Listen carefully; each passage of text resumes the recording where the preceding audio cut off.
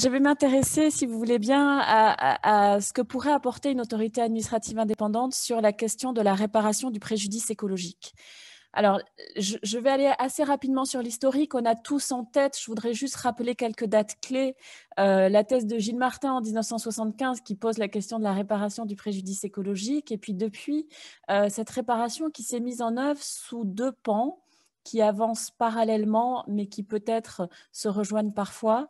Évidemment, le pan administratif de cette police administrative spéciale adoptée par la loi du 1er août 2008 en transposition d'une directive européenne de 2004. Et puis, face aux insuffisances de ce régime de réparation administratif, la volonté portée par la doctrine des avocats, les associations de protection de l'environnement qui font un travail absolument formidable et qu'il est absolument nécessaire de rappeler sans cesse pour aller devant le juge civil et demander au juge civil qui prenne en considération cet intérêt. L'affaire Erika, tout à fait emblématique, même si dans l'affaire Erika, on note des insuffisances très fortes.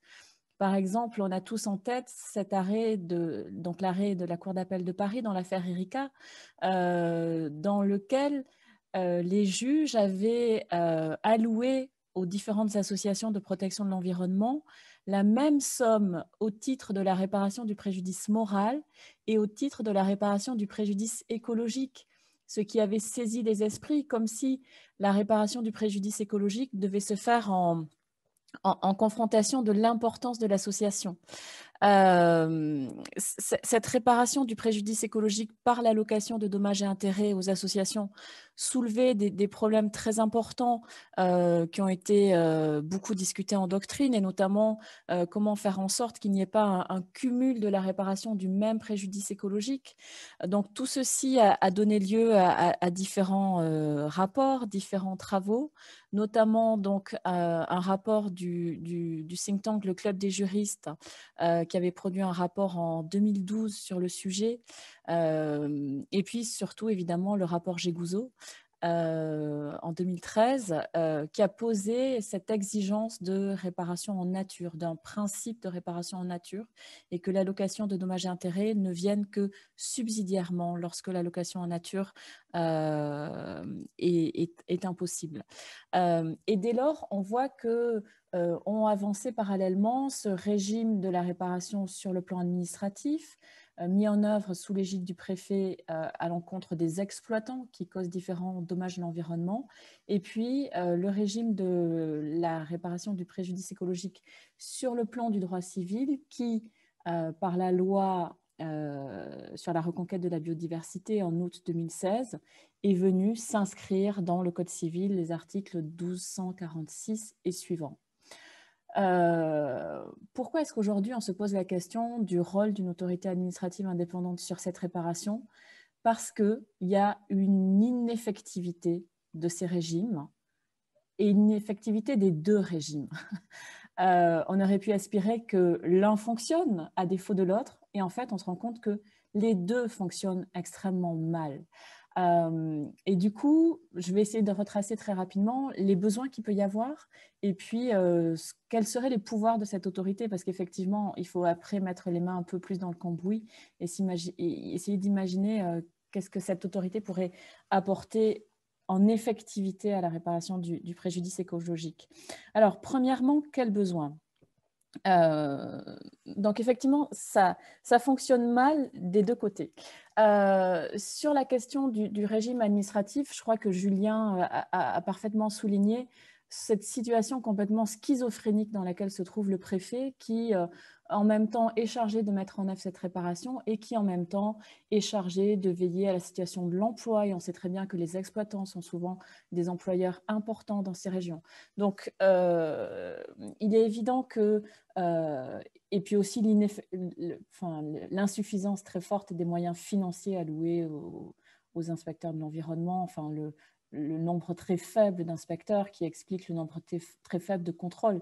Donc tout ceci explique que personne n'a intérêt à ce que finalement tout cela fonctionne bien, et le rapport rendu par l'inspection de la justice et le Conseil général de l'environnement notamment sous l'égide de Vincent Delbos, a parfaitement souligné toutes ces insuffisances.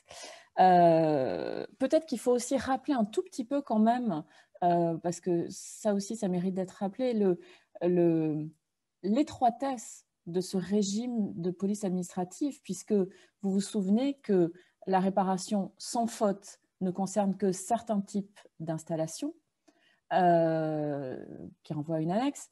Et donc, pour ce régime de responsabilité sans faute, là, il y a un certain nombre de dommages à l'environnement qui sont réparés. Mais en revanche, dès lors qu'on tombe dans la responsabilité pour faute pour l'ensemble des autres exploitants qui ne sont pas concernés par cette forme de présomption d'être un pollueur potentiel, il n'y a que les dommages aux espèces et habitats qui sont réparés dans la responsabilité pour faute, sans qu'on ait vraiment jamais compris cela. Donc, alors même que ce régime a déjà un champ d'application relativement étroit, en plus de ça, il n'est pas mis en œuvre.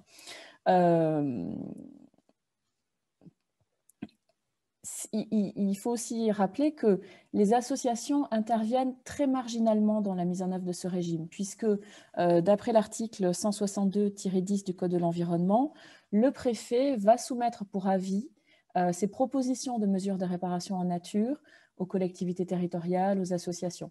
Mais on n'est pas certain que les associations aient le pouvoir d'impulser la mise en œuvre de ce régime.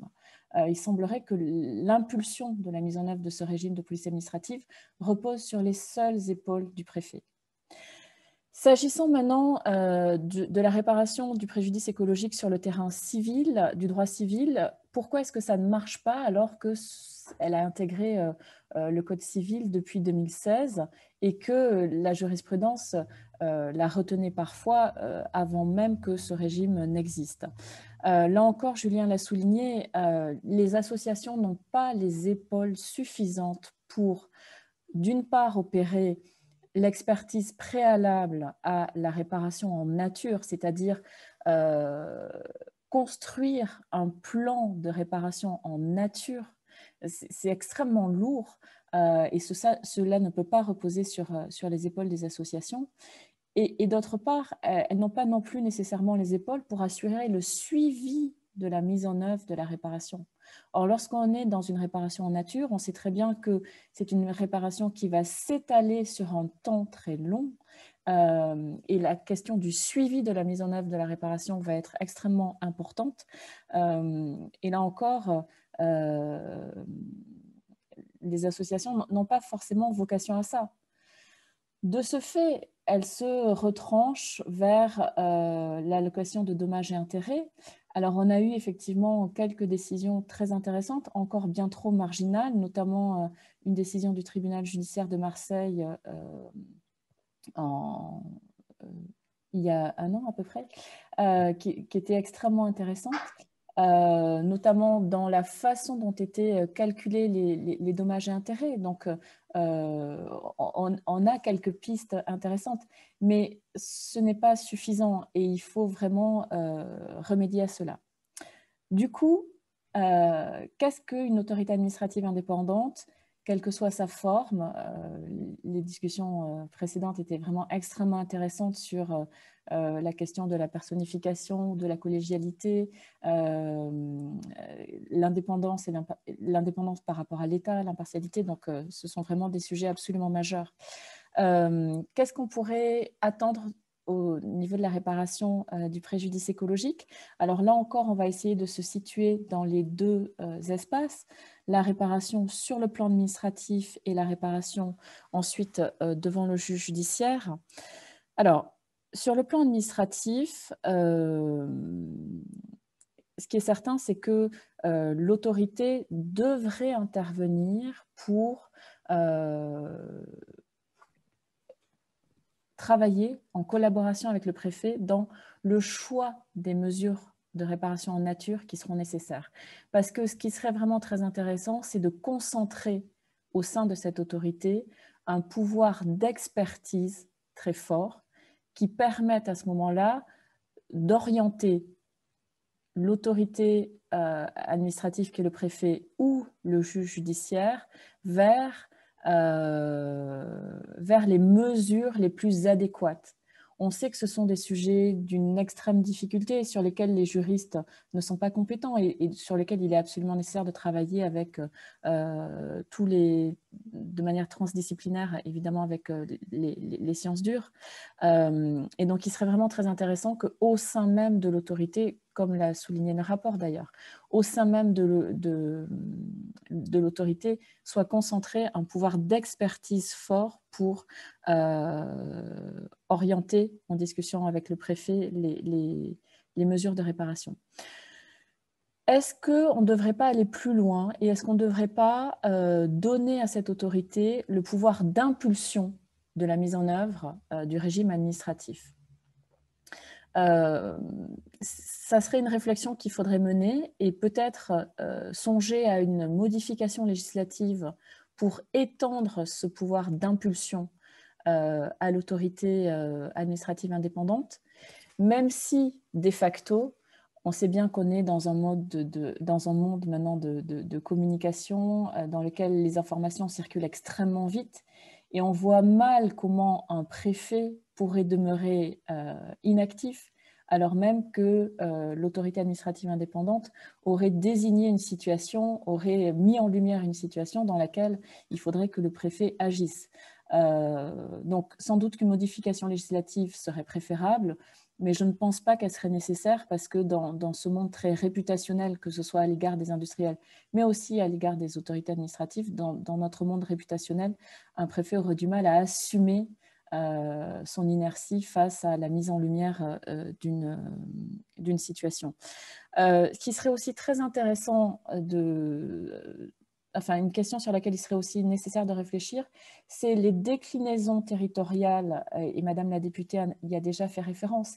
Quelles seraient les déclinaisons territoriales que pourrait avoir cette autorité, puisqu'on sait que le préfet agit au sein d'un département? Comment articuler la compétence territoriale du préfet avec l'autorité? Et est-ce qu'il faudrait des déclinaisons régionales? Est-ce qu'il faudrait des déclinaisons départementales? C'est un point sur lequel il faudrait réfléchir. Ce qui serait aussi intéressant d'envisager, c'est que parmi les différents types de réparation en nature, on se souvient que le régime administratif a décrit la réparation primaire, les réparations complémentaires et les réparations compensatoires. Or, les réparations complémentaires, donc d'après l'article 162, 9e du Code de l'environnement, lorsque la réparation primaire n'aboutit pas à un retour à l'état initial ou à un état s'en rapprochant, des mesures de réparation complémentaires doivent être mises en œuvre afin de fournir un niveau de ressources naturelles ou de services comparable à celui qui aurait été fourni si le site avait été rétabli dans son état initial. Elles peuvent être mises en œuvre sur un autre site dont le choix doit tenir compte des intérêts des populations concernées par le dommage. Et donc, ces mesures complémentaires peuvent être réfléchies sur un autre site.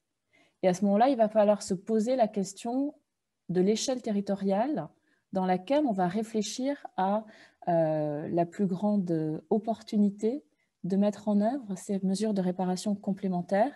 Est-ce qu'on doit demeurer à l'échelle du département? Est-ce qu'il faut songer à une échelle régionale ou à une échelle nationale? Là-dessus, l'autorité pourrait évidemment apporter beaucoup de choses. S'agissant maintenant, et enfin pour finir, des pouvoirs que l'autorité administrative indépendante pourrait avoir au regard de la réparation du préjudice écologique sur le plan civil. Merci Julien d'avoir rappelé l'affaire du siècle, la décision du tribunal administratif de Paris, qui effectivement ouvre un champ considérable à l'action du juge civil en prévoyant que enfin, ou en tout cas à la réparation d'après le code civil, puisque effectivement cette juridiction administrative a reconnu la nécessité de réparer le préjudice écologique selon les termes du droit civil. Donc là, ça ouvre un champ considérable à ce type de réparation, d'où son importance. Nous avons tous aussi en tête, évidemment, la décision du Conseil constitutionnel du 5 février 2021, rendue à l'occasion d'une QPC portée par une association sur l'article 1247 du Code civil et le fait que le préjudice écologique consiste en une atteinte non négligeable aux éléments et aux fonctions des écosystèmes. Et donc la question qui était soulevée, c'était est-ce que cette exigence d'une atteinte non négligeable est conforme avec le principe de la réparation selon le droit commun de la responsabilité civile et notamment le principe de la réparation intégrale. Finalement, en fait, le Conseil constitutionnel n'a pas tellement répondu, enfin, il a répondu très rapidement sur cette question de l'atteinte non négligeable.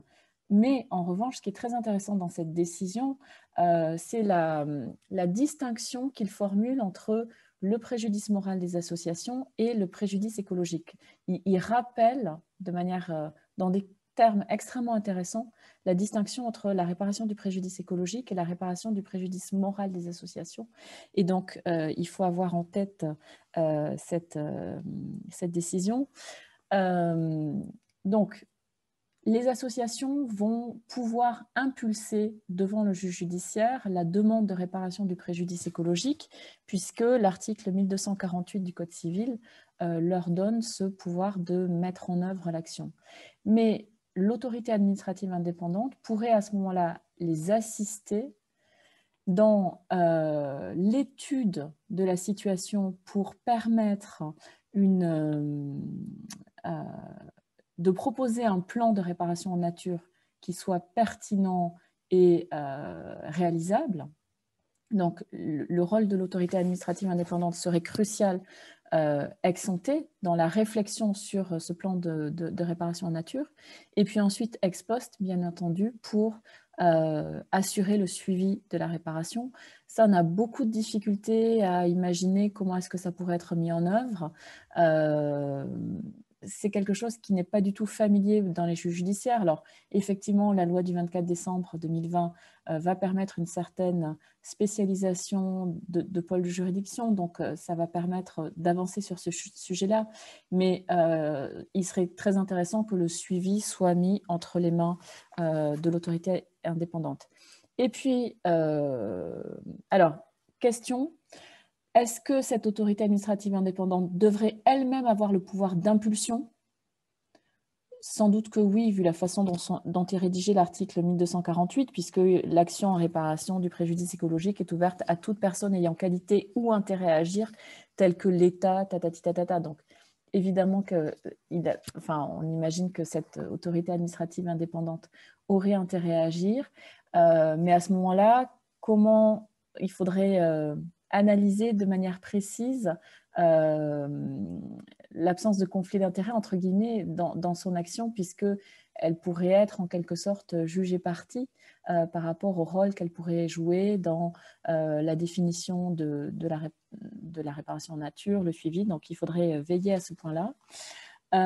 Et puis, dernier point, la loi du 24 novembre 2020 a ouvert la convention judiciaire d'intérêt public aux infractions environnementales.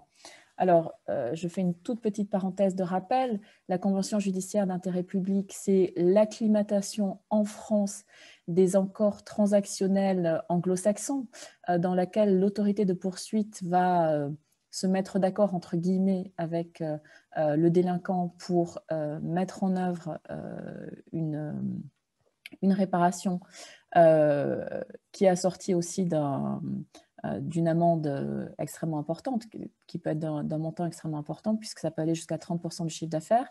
Nous l'avons acclimaté en France à travers la loi Sapin 2 de décembre 2016 en matière de lutte contre la corruption. Et la loi du 24 novembre 2020 l'ouvre aux infractions environnementales. Donc, dans la CIGIP, il y a deux éléments, l'amende et puis la mise en œuvre des mesures de réparation. Et là, ce rôle est joué par l'AFA, l'Agence française anticorruption, en matière de lutte contre la corruption. Mais qui va jouer ce rôle dans la réparation des infractions environnementales? Et là-dessus, évidemment qu'une autorité administrative indépendante pourrait jouer ce rôle-là de suivi et d'expertise dans la mise en œuvre des mesures de réparation. Donc, en conclusion, je pense que ça serait absolument fondamental que cette autorité administrative indépendante qui semble sous les meilleurs auspices, qu'elle joue des rôles très importants en matière de réparation du préjudice écologique, parce qu'une nation comme la France ne peut pas rester dans cette ineffectivité de la réparation du préjudice écologique. C'est une situation qui est absolument inacceptable. Et donc, il faudrait vraiment promouvoir ce rôle pour faire changer de facto la situation. Je vous remercie.